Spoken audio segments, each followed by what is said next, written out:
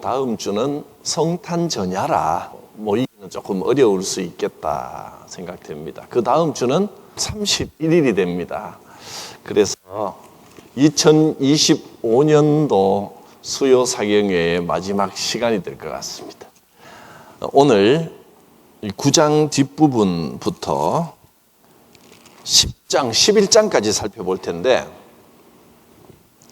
이제 요한계시록의 그림이 대충 그려지시는지 모르겠습니다.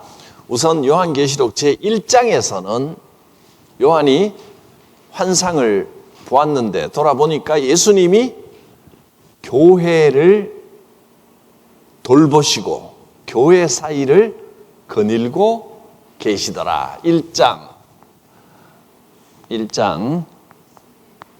교회를 돌보시는 예수님, 이런 내용이었고, 제2장, 3장은 교회의 모습, 7교회를 통해서 이 땅에 있는 교회들의 모습을 보여주셨습니다. 이 땅의 교회들의 모습. 그 다음에 4장에서 이 교회들이 참 어려운 가운데 여러 가지 시험과 유혹 중에 믿음을 지키고 신앙생활을 하고 있지만 하늘에서는 이렇게 놀라운 광경이 펼쳐지고 있었습니다. 열린 문으로 들어가니까 하늘에 영광스러운 예배 장면을 보고 큰 위로를 받았습니다. 그리고 그 어린 양, 하나님의 보좌 앞에 계신 그 어린 양이 두루마리에 비밀을 풀어주시는데 6장, 7장에서는 7인의 비밀이 어린 양에 의하여 우리에게 밝혀졌습니다. 그래서 이 7인에 나오는 이 비밀들 하나하나에 나오는 내용들, 첫째인, 둘째인, 셋째인, 넷째인 말 탄 자들이 막 나타나고 이 땅의 모습을 보여주는데 이것은 현실 세계의 모습을 보여주는 것이다. 그렇게 살펴보았습니다. 그리고 8장에서 마지막 7째 인을 뗄 때에 8장에는 7인 중에 마지막 7째 인을 떼니까 하늘이 반 시간 동안 고요하더니 7 나팔을 가진 천사들이 나타났습니다. 이 7째는 하나님의 응답입니다. 하나님의 역사하심을 보여주는 겁니다. 하나님이 마지막에 어떻게 하시는가. 7째 인을 딱 뗐더니 하늘이 반 시간 동안, 반 시간이라고 하는 의미는 잠깐 동안 길지 않은 시간입니다. 오래 걸리는 것 같지만 그러나 사실은 오래지 않은 그 시간 동안 고요하더니 7 나팔을 가진 천사들이 탁 나타나서 하나씩 나팔을 부는데 7 나팔, 이것은 영적인 전쟁을 말해주는 것이다. 이제 여기까지 지난주에 했습니다. 출애굽기의 광야 생활이 우리 현실 세계 속에서 믿음의 삶을 보여주는 것처럼 또 여호수아의 가나안 정복 사건이 영적 전쟁의 모습을 보여주는 것처럼 7인은 우리 현실 세계에 믿음 생활하고 있는 우리의 모습과 교회들의 이 믿음의 싸움을 보여준다면 7 나팔은 영적인 전쟁의 모습을 보여주는 것이다. 이렇게 이제 다 살펴보았습니다. 바로 지난주니까 7 나팔의 내용은 뭐였습니까? 첫째 나팔을 부니까 땅 땅 3분의 1이 태워버리도록 피 섞인 우박과 불이 떨어졌고, 둘째 나팔을 부니까 바다 3분의 1이 피가 되고 불 붙는 산이 떨어지고, 세 번째 나팔을 부니까 횃불 같은 큰 별이 강에 떨어져서 강이 먹을 수 없는 쓴 물이 되어버렸고, 네 번째 나팔이 울리니까 하늘이 3분의 1, 땅, 바다, 강, 하늘, 이 세상 전부가 3분의 큰 타격을 입었습니다. 이 나팔을 불었을 때 나타난 현상들이었습니다. 그리고 독수리가 외치기를 화로다, 화가 있을 것이다 하고 독수리가 외쳤습니다. 그리고 이제 다섯 번째 나팔을 부니까 이 다섯 번째가 무시무시합니다. 네 번째까지는 땅, 바다, 강, 하늘, 이 순서가 거의 이제 다른 데서도 이렇게 진행이 되고, 다섯 번째가 본격적인 이 나팔의 내용이 일어나는 겁니다. 다섯 번째 이 나팔을 부니까 땅에 떨어진 별, 사탄입니다. 사탄이 무저갱의 열쇠를 가졌습니다. 무저갱의 열쇠를 가지고 무저갱 구멍에서 연기가 나오는데, 이 사탄이 무저갱을 열어주니까 무저갱 끝이 없는 구덩이, 거기에서 연기가 막 올라오더니 황충들이, 누런 메뚜기들이 나와서, 이 메뚜기들은 그냥 메뚜기가 아니고 이렇게 정갈 같은 꼬리를 가지고 사람들을 해치는 황충이었습니다. 지금 현재 다섯 번째 나팔을 하고 있는 겁니다. 다섯 번째 나팔에 이렇게 사건이 어마어마하게 많이 일어났습니다. 이 무저갱의 사자들은 왕관을 쓰고 얼굴은 사람 얼굴 같고 정갈 같은 꼬리로 쏘고 그러면서 5달 동안 사람을 해치는 권세를 받았습니다. 이마에 인친 사람들은 해치지 못하고 세상 사람들을 괴롭힙니다. 이게 다섯 번째 나팔이었습니다. 이 세상에 사탄이 사람들의 인생을 괴롭히고 또 괴롭히더라, 영적인 싸움을 보여줍니다. 이것이 첫 번째 화였습니다. 독수리가 화가 있으리로다, 세 번의 화가 있을 거라고 외쳤는데, 첫 번째 화는 바로 이 황충, 무저갱의 열쇠를 가진 사탄이 황충들, 이렇게 사람을 해치는 권세를 가지고 온 세상 사람들을 괴롭히고 5달 동안 사람을 해치는, 그것이 첫 번째 화입니다. 자, 첫 번째 화 기억하십시오. 오늘 두 번째, 세 번째 화가 나옵니다. 첫째 화는 지나갔으니 보라, 아직도 이후에 화 둘이 남았다. 두 화가 이르리로다. 여섯 번째 나팔부터 이제 시작되는 겁니다. 여섯 번째 나팔을 부니까, 지금 이것도 지난주에 다 했던 내용들 다시 한번 복습하고 있는 겁니다. 이제 여섯 번째 나팔을 부는데, 여섯 번째 나팔은 이제 9장 마지막에 나왔습니다.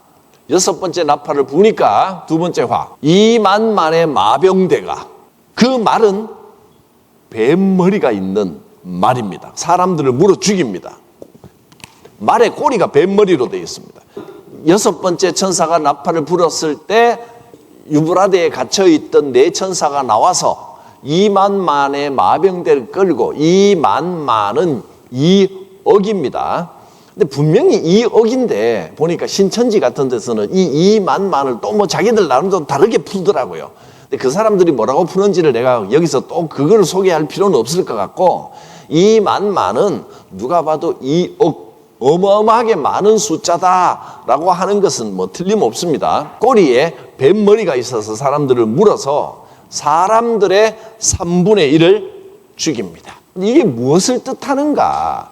자기들의 입에서 나오는 불과 연기와 유황으로 사람들을 죽였다.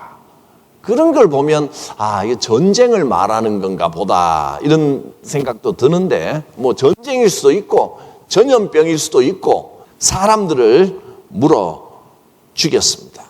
그런데 지금 왜 이거 영적인 전쟁의 내용이냐 하면, 사람들이 이 땅에 살면서 너무너무 고통스럽고 힘든 일을 당한다는 겁니다. 3분의 1이 죽었다는 건. 그런데 이렇게 진노의 심판이 임했는데도 불구하고, 조금 아까 이제 첫 번째 화는 그 우두머리가 누구였습니까?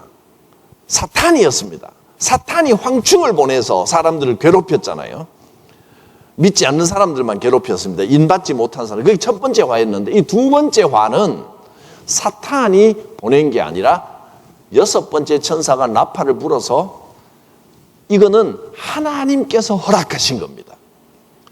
그러니까 하나님이 허락하신 고난이 오는 겁니다. 고난이 오면 사람들이 깨닫고 하나님께 돌아와야 되거든요. 그게 고난의 은혜입니다.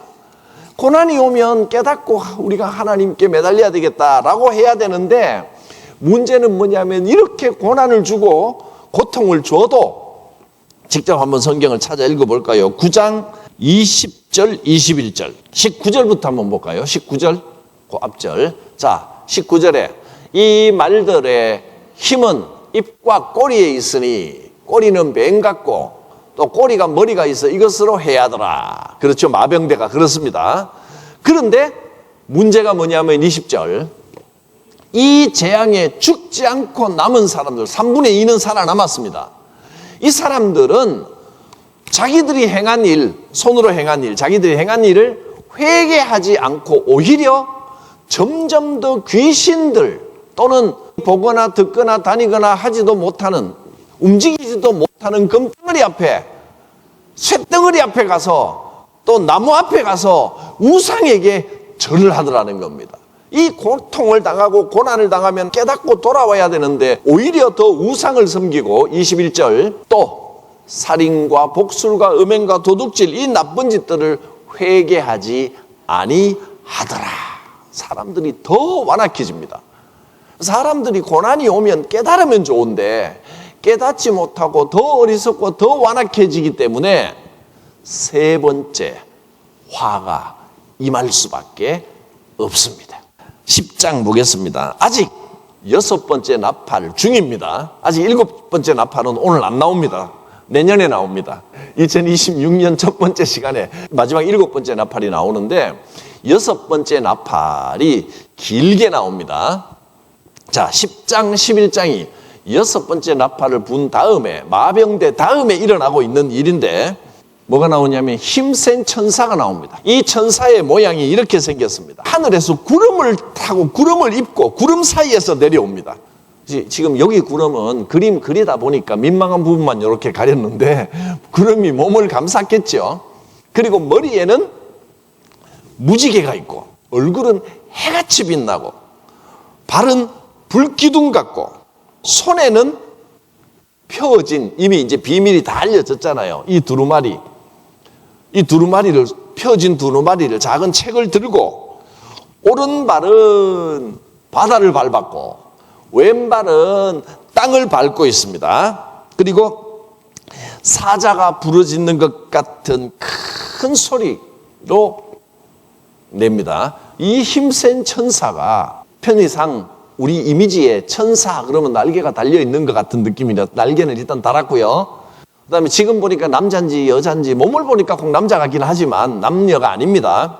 직접 한번 읽어볼까요? 10장 1절부터 내가 또 보니 힘센 다른 천사가 구름을 입고 하늘에서 내려오는데 그 머리 위에 무지개가 있고 얼굴은 해 같고 발은 불기둥 같으며 2절 그 손에는 펴놓은 작은 두루마리를 들고 오른발은 바다를 밟고 왼발은 땅을 밟고 3절 사자가 부르짖는 것까지 큰 소리로 외칩니다. 그가 외칠 때 번개가 우레가 일곱 우레가 번쩍하면서 말을 하는 겁니다. 소리를 들려주는 겁니다. 그래서 요한이 우레 소리가 무슨 말기가 의사 전달이 되니까 받아 적으려고 얼른 이것도 받아 적으려고 했더니 하나님께서 4절 보겠습니다. 우레 소리가 말할 때 내가 기록하려고 하다가 곧 들어보니까 하늘에서 소리가 나서 하나님께서 말씀하시기를 기록하지 마라. 일곱 우레가 말하는 것은 굳이 받아 쓸 필요가 없다. 쓰지 마라. 왜 쓰지 말라 그랬을까요? 내가 본 바 바다와 땅을 밟고 서 있는 천사가 하늘을 향하여 오른손을 들고 그 다음에 6절 세세토록 살아계시니 곧 하늘과 그 가운데 있는 물건들을 창조하신 이를 가리켜 맹세하여 이르되, 자, 그 다음에 이게 답입니다. 지체하지 아니하리니. 어차피 금방 이루어질 일이기 때문에 이건 기록할 필요 없다. 금방 다시 일어날 일이다. 일곱 우레가 말하는 것은 곧 이루어지니까 사람들에게 굳이 알릴 필요 없다. 그 다음에 7절, 일곱째 천사가 소리내는 날 그의 나팔을 불려고 할 때에 하나님의 종 그 선지자들에게 전하신 복음과 같이 하나님의 그 비밀이 이루어지리라. 곧 일곱째 천사가 나팔을 불기 때문에 이건 적을 필요 없다. 그때 금방 이루어진다. 굳이 적을 필요 없다. 속히 이루어질 거라는 겁니다. 그렇게 말을 했습니다. 이 힘센 천사가 누굴까? 분위기로 봐서는 꼭 예수님 같은데 예수님은 아닌 것 같습니다. 왜냐하면 예수님은 어린 양으로 보좌 앞에 이미 있었고, 그 다음에 예수님은 누구도 뗄 수 없는 두루마리의 비밀을 계시해 주시는 분인데, 이 천사는 이미 계시된 비밀을 들고 사람들에게 선포하고 있단 말이에요. 큰 소리로. 이 힘센 천사는 선지자들을 의미하는 것이다. 이렇게 생각합니다. 그러면 11장, 12장, 13장 전부 아구가 딱 들어맞습니다. 하나님의 비밀을 사자 같은 소리로 선포하는 이 힘센 천사는 천사로, 요한이 천사의 환상을 보고 천사로 표현했지만 그 머리에 무지개가 있고 정말 빛나는 하나님의 영광을 선포하는 이 천사는 예수님 오시기 전 주의 말씀을 전하는 선지자들을 상징하는 것일 것이다. 그렇게 생각이 됩니다. 왜냐하면 이제 11장 지나고 12장에 가면 예수님이 이 땅에 오시는 성탄의 모습이 나타납니다. 그러니까 요한계시록은 나중에 일어날, 미래에 일어날 상황을 보여주는 게 아니고 지금 구원 역사를 설명해 주고 있는 겁니다. 현실 세계를 이야기했고, 영적인 전쟁을 이야기하고, 그 다음에 사탄의 공격을 이야기하고, 사람들이 고난을 이야기하고, 9장에 오면 이 일곱 나팔 가운데 다섯 번째는 사탄, 그 떨어진 별, 사탄이 황충으로 사람을 괴롭히는 첫 번째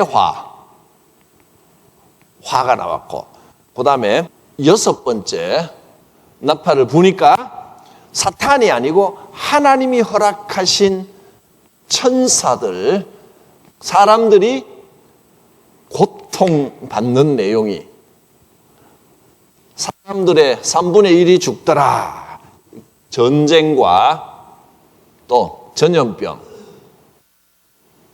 이런 것들로 이게 이제 9장의 내용입니다. 그죠? 1장부터 정리가 됩니까? 이제 다섯 번째, 여섯 번째, 첫 번째 화, 두 번째 화, 이거는 두 번째 화가 임했습니다. 지금 여기까지. 그리고 나서 10장에 힘센 천사, 선지자들을 상징하고 있는 힘센 천사가 나타났습니다. 자, 이 천사가 준 말씀, 이 천사의 오른손에 들고 있는 두루마리, 이 두루마리를 어떻게 하냐면, 요한아, 이 두루마리, 즉 말씀입니다. 말씀, 하나님의 말씀을 받아 먹어라 라고 말합니다. 직접 한번 보겠습니다. 8절부터 하늘에서 나서 내게 들리던 음성이 또 내게 말하기를, 네가 가서 바다와 땅을 밟고 있는 천사의 손에 펴놓은 두루마리를 가져라. 그 받아오라는 겁니다. 선지자의 말씀에 귀를 기울이라는 뜻입니다. 그리고 9절, 내가 천사에게 나아가 작은 두루마리를 달라 하니까 천사가 가서 먹어라. 먹으면 네 배에서는 쓸 것이다. 소화가 잘 안 될 것이다. 무슨 말인지 알아듣기가 힘들고 괴로울 것이다. 그러나 입에는 꿀같이 달 것이다. 듣기는 좋은데 하나님이 뭔가 뭐 하시는구나, 먹기는 좋은데 소화가 잘 안 돼서 무슨 말인지 이해하기는 어려울 것이다, 이 말입니다. 선지자들이 들려주신 구약의 말씀이 듣기는 좋은데 그것이 정말 어떤 뜻인지, 하나님께서 어떻게 역사하시는지를 이해하기는 어려울 것이다. 배에는 쓸 것이다. 받아 먹어보니까 10절, 천사의 손에서 작은 두루마리를 갖다 먹어버리니 내 입에는 꿀같이 단데, 아멘 아멘이 되는데 먹은 후에 내 배에서는 쓰게 되더라. 무슨 말인지를 알 수가 없더라는 겁니다. 쉽죠? 어려울 게 하나도 없는 겁니다. 네, 마지막 11절에는 뭐라 그러냐면, 아직 쓰잖아요. 무슨 말인지 이해가 안 가는데, 그런데 네가 많은 백성과 나라와 방언과 임금에게 다시 예언하여야 하리라. 사명을 주시는 겁니다. 네가 힘들더라도, 소화가 안 되더라도, 무슨 말인지 잘 몰라도 사람들에게 이 메시아 예언을 전해야 된다 하고 말씀을 하셨습니다. 11장으로 넘어가면 아직 또 6번째 천사 나팔이 계속 이어지고 있는 겁니다. 11장 이제 2번째 화, 6번째 나팔이 이 2번째 화가 이제 계속 이어지는 겁니다. 말씀과 두 증인입니다. 11장은 두 증인에 관한 내용인데 제가 미리 12장을 잠깐 보여드립니다. 그 이유는 이렇게 구약의 말씀이라고 이야기를 하고 12장에 가보면 알 수 있습니다. 자, 12장 한번 보세요. 이게 무슨 내용인지. 하늘에 큰 이적이 있는데 해를 옷 입은 한 여자가 빛나는 영광을 안고 있다는 겁니다. 한 여자가 있는데 그 발 아래는 달이 있고, 달도 그 발 아래에 있습니다. 머리에는 12별의 면류관을 썼더라. 영광스러운 여자입니다. 2절, 이 여자가 아이를 베어 해산하게 됐는데 아파서 애를 쓰며 부르짖고 있습니다. 3절, 하늘에 또 다른 이적이 보이는데 한 붉은 용이 머리가 7개고 뿔이 10개고 머리에 7 왕관이 있는데, 이 용은 그 꼬리가 하늘의 별 3분의 1을 끌어다가 땅에 던지더라. 세상을 괴롭히는 용입니다. 이거는 교만한 사탄을 말합니다. 용이 해산하려는 여자 앞에서 해산하면 그 아이를 삼켜버리려고, 이거는 사탄이기도 하고, 또는 어떻게 보면 헤롯 왕을 말하기도 합니다. 예수님이 태어났는데 태어나는 예수님을 없애버리려고 했던, 그 다음에 5절, 여자가 아들을 낳으니 장차 철장으로 만군을 다스릴 남자라. 뭡니까? 예수 그리스도. 그 아이를 하나님 앞과 그 보좌 앞으로 올려가더라. 그 아이를 낳아서 이 아이는 하나님의 아들입니다 하고 선언하는 겁니다. 6절, 그 여자가 광야로 도망하매, 요셉과 마리아가 예수님을 낳고 난 다음에 광야로 도망갔잖아요. 거기서 애굽으로 갔잖아요.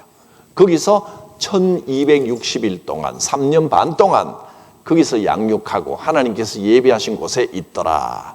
12장은 예수님 탄생을 이야기하는 겁니다. 정확하죠? 오늘 걸로 다시 넘어옵니다.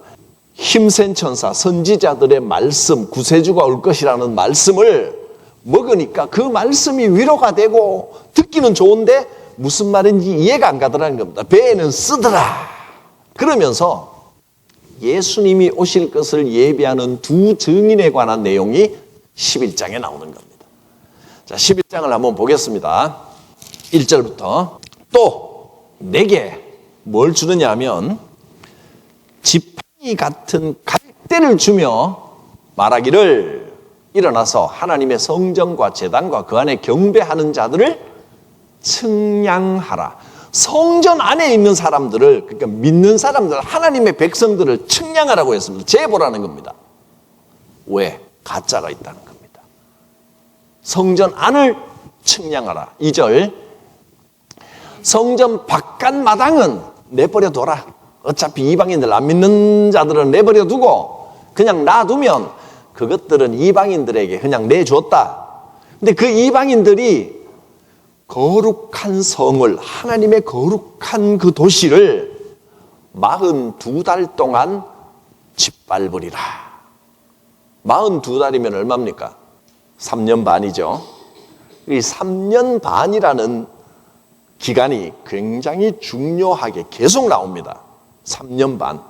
이방인들이 마음껏 거룩한 성 예루살렘을 짓밟도록 내버려 두는 기간이 42달입니다. 3절. 내가 나의 두 증인에게 권세를 줍니다. 이방인들이 막 설치고 지 마음대로 하는데 하나님께서 그 가운데 두 증인을 택합니다. 그리고 그 두 증인에게 권세를 줘서 그 험난하고 복잡한 완악한 시대, 혼탁한 시대 중에 그들이 굵은 베옷, 험한 옷입니다. 좋은 옷이 아니고 고급스럽지 않은 험한 옷을 입고 1260일을 예언하리라. 1260일은 얼마입니까? 역시 3년 만입니다. 근데 표현을 왜 이렇게 다르게 했을까요? 42달이라고 하는 거하고 1260일이라고 하는 거하고 똑같은 기간인데 이 42달 또는 1260일이 뭐 하는 기간이에요? 이방인들, 악한 자들이 42달 동안 거룩한 성을 자기들 마음대로 짓밟고 있는 기간인데 역시 그 같은 기간 1260일 동안 두 증인은 권세를 가지고 그 악한 시대에 예언을 합니다. 하나님의 권세를 가지고 예언을 합니다. 그러니까 42달이라고 하면 길어 보입니까? 짧아 보입니까? 1260일이라고 하면 길어 보입니까? 짧아 보입니까? 새해도 여러분 하루하루 1260개 세는 게 힘들지 42개 달로 세는 게 짧아 보이잖아요. 이방인들이 이 거룩한 성을 짓밟는 그 시대, 그 시기가 두 증인이 권세로 예언하는 시기하고 겹치는데 이방인들의 날은 똑같은 날이라도 그 별거 아니다. 속히 지나간다. 그러나 하나님께서 권세를 주신 이들의 권세가 힘있게 그 악한 시대에도 능력을 발휘하게 될 것이다. 이 두 증인이 누군가? 4절. 이 두 증인은 누구냐 하면 이 땅에 주님 앞에 서 있는 두 감람나무이기도 하고 또 두 촛대이기도 합니다. 감람나무는 거룩함의 상징입니다. 하나님의 거룩함을 유지하고 있는 주의 종이기도 하고 또 촛대는 교회입니다. 교회를 지키는 자이기도 하고 우리가 어쩌면 우리가 지금 이 42달 1260일을 살고 있습니다. 두 증인이 하나님께서 보내신 혼자가 아닙니다. 복수입니다. 이 둘이라고 하는 건 뭐 여럿이 될 수도 있는 겁니다. 두 증인이 하나님의 권세를 가지고 예언을 합니다. 그래서 이단 교주들이 자기를 감람나무다 뭐 이야기를 하기도 합니다. 자, 계속 보겠습니다. 5절. 만일 누구든지 그들, 즉 이 두 증인을 해하려고 하면 그들의 입에서 불이 나와서 원수를 삼켜버립니다. 괴롭히려고 하면 두 증인의 이 감람나무 촛대 입에서 불이 나옵니다. 대단한 권세죠. 누구든지 그들을 해하고자 하면 반드시 그와 같이 그처럼 죽임을 당하리라. 6절. 그들이 권능을 가지고 하늘을 닫고 그 예언을 하는 날 동안 하늘을 닫아버려서 비가 오지 못하게도 하고 또 권능을 가지고 물을 피로 변하게도 하고 이것은 엘리야의 권능과 모세의 권능을 다 가지고 있단 말이에요. 그래서 어떤 분들은 한 명은 모세고 한 명은 엘리야다. 이 권능을 보고 이렇게 말하기도 하는데 저는 꼭 모세와 엘리야를 말하는 건 아니고 그 모세의 권능, 유대인들이 성경에서 가장 위대한 사람 중에 한 명이라고 하는 모세의 능력과 가장 뛰어난 선지자라고 하는 엘리야의 능력을 다 가졌단 말입니다. 근데 왜 하필 둘이냐 하면 혼자가 아니라는 겁니다. 그래서 아무 때든지 원하는 대로 여러 가지 재앙으로 땅을 치리로다. 엄청난 권세를 가졌습니다. 그러나 이들의 권세는 영원하지 않습니다. 7절. 그들이 그 증언을 마칠 때에 무저갱으로부터 올라오는 짐승, 사탄이죠. 사탄이 주의 증인들을 가만히 두지 않습니다. 그들과 더불어 전쟁을 일으켜서 그들을 이기고 두 증인을 죽여버립니다. 순교당합니다. 두 증인은 순교를 당합니다. 8절, 그들의 시체가 큰 성 길에 있으리니 그들은 영적으로 하면 소돔이라고 애굽이라도 하니 곧 그들의 주께서 십자가에 못 박히신 곳이라. 그들의 시체가 주님처럼 악한 도시에 버려져 있습니다. 그 사람들은 이 두 증인의 시체를 묻지도 않고 막 손가락질하고 조롱하고 욕하고 그렇습니다. 9절, 백성들과 족속과 방언과 나라 중에서 사람들이 그 시체를 사흘 반 동안 보며 무덤에 장사하지 못하게 하리로다. 장례도 안 지내줍니다. 사흘 반입니다. 또 이건 3년 반이 아니고 사흘 반은 어떤 느낌입니까?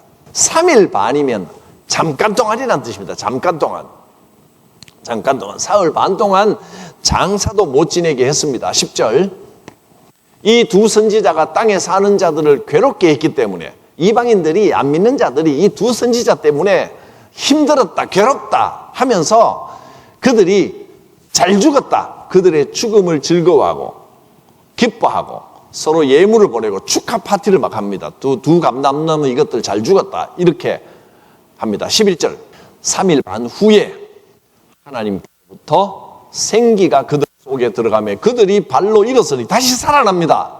두 증인이. 구경하는 자들이 크게 두려워하더라. 다시 부활했습니다.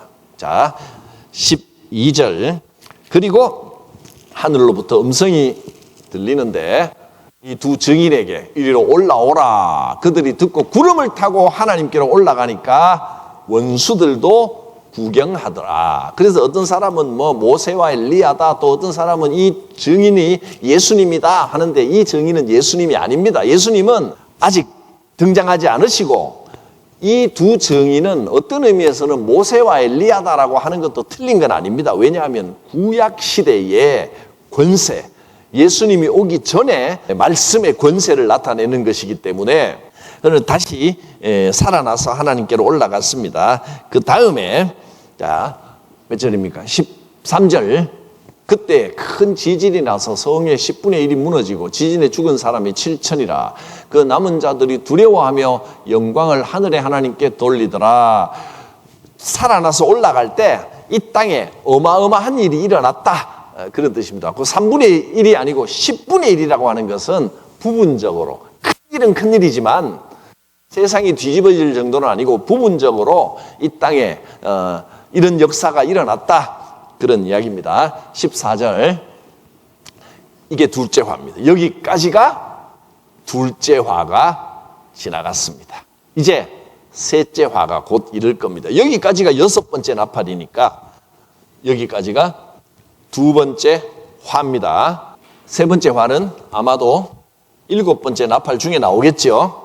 이방인이 42달 동안 짓밟으리라 하고 이 두 증인, 감람나무 촛대로 표현된 이 두 증인이 지금 하늘로 죽었다가 사탄에게 순교당했다가 3일 반 만에 다시 살아나서 하나님께서 불러 올리는 것을 원수들이 보고 있는 장면입니다.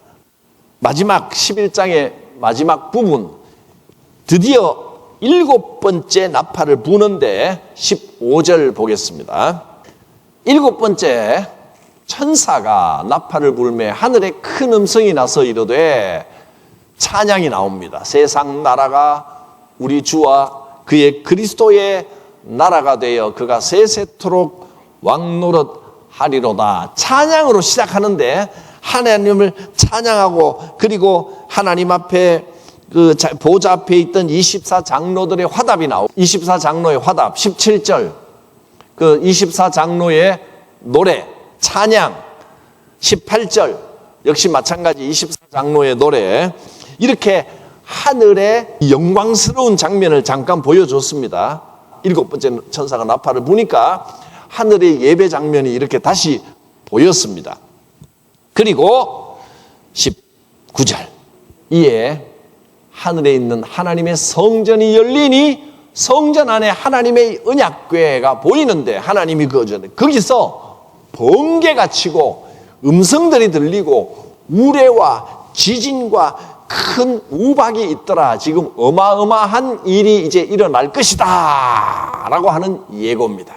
그래서 12장부터 세 번째 화에 대한 마지막 재난이 시작될 것을 알려줍니다.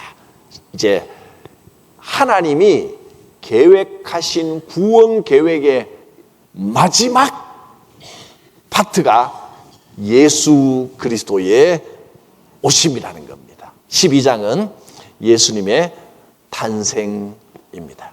자, 다시 한번 정리하면 일곱 번째 나팔을 부니까 마지막 재난이 시작되는데 12장에 예수님이 탄생이 될 것이고 13장에는 일곱 번째 나팔 중에 일곱 번째 나팔에 포함되는 겁니다.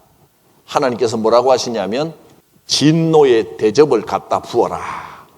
진노의 대접입니다. 대접을 하나님의 진노의 대접. 그러니까 일곱, 칠 대접이 나오는데 이 일곱 대접은 일곱 번째 나팔 속에 포함되어 있는 겁니다. 우리가 여기서 봤듯이 일곱 인의 비밀 중에 일곱 번째 인을 풀었을 때 이 안에 일곱 나팔이 들어있었죠. 그 다음에 일곱 번째 나팔을 여는데 그 안에 일곱 대접이 들어가 있는 겁니다. 점점 클라이막스로 가고 있습니다. 일곱 대접은 뭘 의미하느냐 하면 일곱 인은 현실 세계의 모습이었습니다. 일곱 나팔은 영적 전쟁이었습니다. 그러면 일곱 대접은 뭘까요? 아직 우리가 살펴보지 않았는데 일곱 대접은 13장 이후로 나오는데 이 땅에서 고난받는 교회와 세상의 영적인 싸움을 나타내는 것이 일곱 대접의 심판입니다. 고난받는 교회를 보여줍니다. 자, 11장 마지막 일곱 번째 천사가 나팔을 빵 불었고 이제 일곱 번째 천사가 나팔을 불면 하늘에서 번개, 우레 막 이런 것이 치고 하나님의 약속대로 예수 그리스도께서 이 땅에 오시는 역사가 이제 시작이 되는 겁니다. 예수님이 오시고 난 다음에 이제 교회들 이제 13장, 14장, 15장 이렇게 진행이 됩니다. 기도하겠습니다. 거룩하신 하나님, 이 구원 역사의 비밀을 요한계시록을 통하여 배우게 하시고 또 그 영광스러운 하나님의 계획을 깨닫고 참여하게 하시니 감사합니다. 이 말씀이 우리에게 참된 위로가 되게 하시고 믿음으로 승리할 수 있는 영적 전쟁을 이길 수 있는 힘이 되게 하여 주시옵소서. 예수님의 이름으로 기도드립니다. 아멘. 내가 매일 기쁘게 순례의 길 행함은 주의 팔이 나를 안보함이요 내가 주의 큰 복을 받는 참된 비결은 주의 영이 함께함이라. 성령이 계시네 할렐루야 함께하시네. 좁은 길을 걸으며 밤낮 기뻐하는 것 주의 영이 함께함이라. 전에 죄에 빠져서 평안함이 없을 때 예수 십자가의 공로 힘입어 그 발 아래 엎드려 참된 평화 얻음은 주의 영이 함께함이라. 성령이 계시네 할렐루야 함께하시네. 좁은 길을 걸으며 밤낮 기뻐하는 것 주의 영이 함께함이라.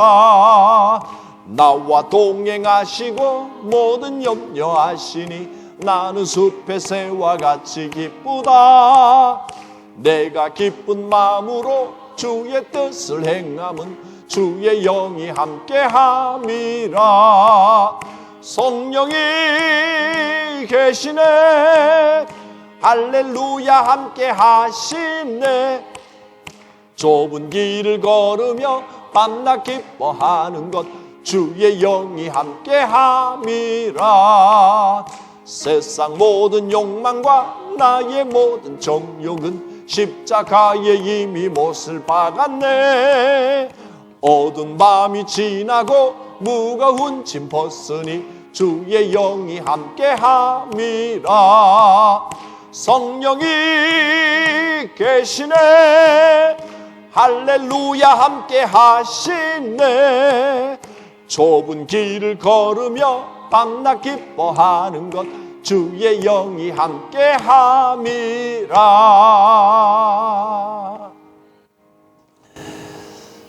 우리를 향하신 하나님의 그 크신 사랑하심과 주 예수 그리스도의 구원의 은혜와 성령님의 인도하심, 교통하심이 주의 자녀 삼아주신 사랑하는 성도들, 이들의 머리 위에, 가정 위에, 생업 위에, 주의 몸된 교회 위에, 이 나라와 민족 위에 지금부터 영원까지 함께 하옵시기를 축원하옵나이다. 아멘.